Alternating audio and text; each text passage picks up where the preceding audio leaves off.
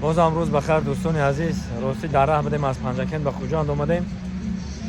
همین اینترنت ها دره خیلی نویزونی می شود و یکی اومدم که میبینم در استوری های مردم استاد روحشان شاد باشد، حالشان پرنور باشد.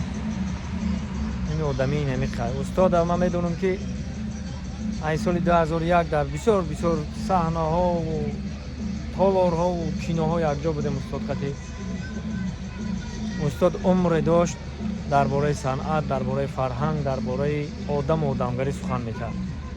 خداوند جوش جنت کنه.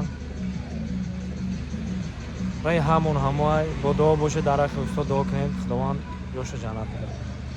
باقی سربند خانواده باشه دیگه گم جای گپ نیست. ما البته که در راه سفر هستیم، نوارگیری کرده ایستادیم.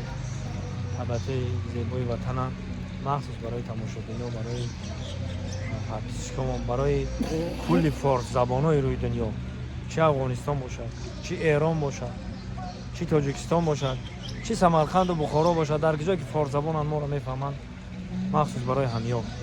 و بازم خواهش میکنم که در حق استادی من دعا کنین خداوند جوش جنت کنه. سربند خانواده باشه.